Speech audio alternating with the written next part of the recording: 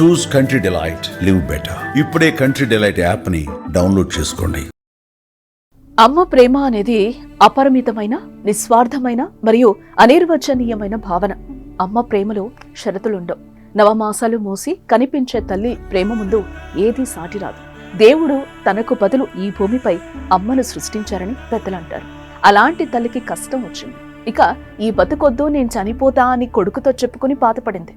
Cut చేస్తే తల్లి బాధ 8 ఏళ్ల పసి హృదయాన్ని కదిలించింది. అమ్మా నీకే కష్టం రాకుండా చూస్తా అంటూ తన బాధ చెప్పుకోవడానికి స్కూల్ బ్యాగ్ తో కలెక్టరేట్ గ్రీవెన్స్ విభాగానికి వచ్చి కలెక్టర్ కి అర్జీ పెట్టుకోవడం అక్కడున్న వారందరినీ కంటతడి పెట్టించింది. ఈ ఘటన ఎక్కడ జరిగింది, ఆ బాలుడికి వచ్చిన కష్టం ఏంటి, పూర్తి వివరాలు చూద్దాం.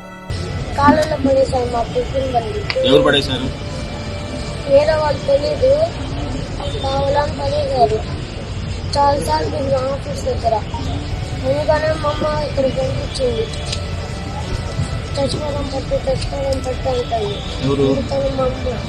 ఎందుకంటే టిఫిన్ బండి ఎక్కడ పెట్టినట్లేదు అని చచ్చిపోవడం పట్టు అంటుంది. అందుకని నేను వచ్చాను. సాధారణంగా గ్రీవెన్స్ విభాగానికి ప్రజలు తమ కష్టాలు చెప్పుకుని అర్జీ పెట్టుకుంటారు. కానీ ఓ 8 ఏళ్ల బాలుడు స్కూల్ బ్యాగ్ తో కలెక్టరేట్ గ్రీవెన్స్ విభాగానికి వచ్చి అందర్నీ కంటతడి పెట్టించాడు.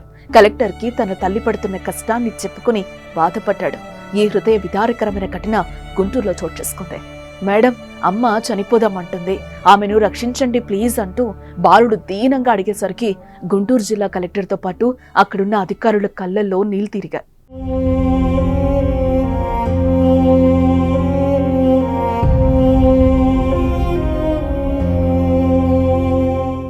గుంటూరులోని వెంకట్రావుపేటకు చెందిన అలవాది రాధిక కొంతకాలం క్రితం భర్తను కోల్పోయింది. తన కొడుకు యశ్వంత్ తో కలిసి గుంటూరు జీజేహెచ్ వద్ద చిన్న టిఫిన్ బండి పెట్టుకుని కుటుంబాన్ని పోషించుకుంటోంది.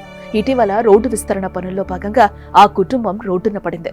హఠాత్తుగా తమ జీవనోపాధి కోల్పోవడంతో అధికారులకు వినతి పత్రాలు సమర్పించారు. కానీ ఏ అధికారి కూడా వీరి కష్టాన్ని పట్టించుకోలేదు.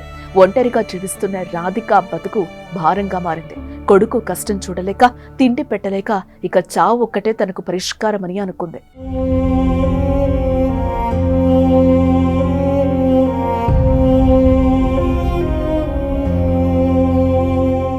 అమ్మ కన్నీళ్లను చూడలేకపోయిన 8 ఏళ్ల ఆ పసి హృదయం తల్లడిల్లిపోయింది.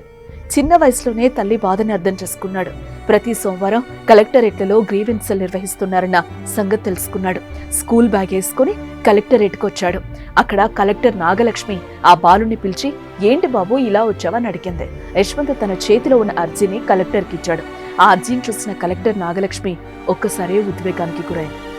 అమ్మ టిఫిన్ బండిని పెద్దసార్లు తీయించారు, ఆకలితో ఉంటున్నాం, మా దగ్గర డబ్బులు లేవు, స్కూల్కి వెళ్లడం కూడా కష్టమవుతుంది, అమ్మ నన్ను బుజ్జగించుకుంటూ ఇద్దరం చనిపోదామని అంటోంది, నాకు భయంగా ఉంది, అమ్మను చంపుకోలేను, దయచేసి మా అమ్మని కాపాడండి, మాకు న్యాయం చేయండి ప్లీజ్ అంటూ తన అర్జీలో రాసుకొచ్చాడు. అది చూసి కలెక్టర్తో పాటు అక్కడున్న అధికారులు సైతం కంటతడి పెట్టుకున్నారు. వెంటనే గుంటూరు కార్పొరేషన్ అధికారులతో ఫోన్లో మాట్లాడారు కలెక్టర్. ఆ కుటుంబానికి తక్షణమే జీవనోపాధి కల్పించేలా చర్యలు చేపట్టాలని ఆదేశించారు.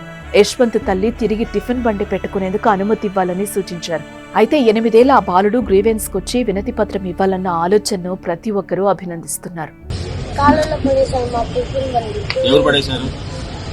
వేరే వాళ్ళు తెలీదు, కావాలని పడేశారు.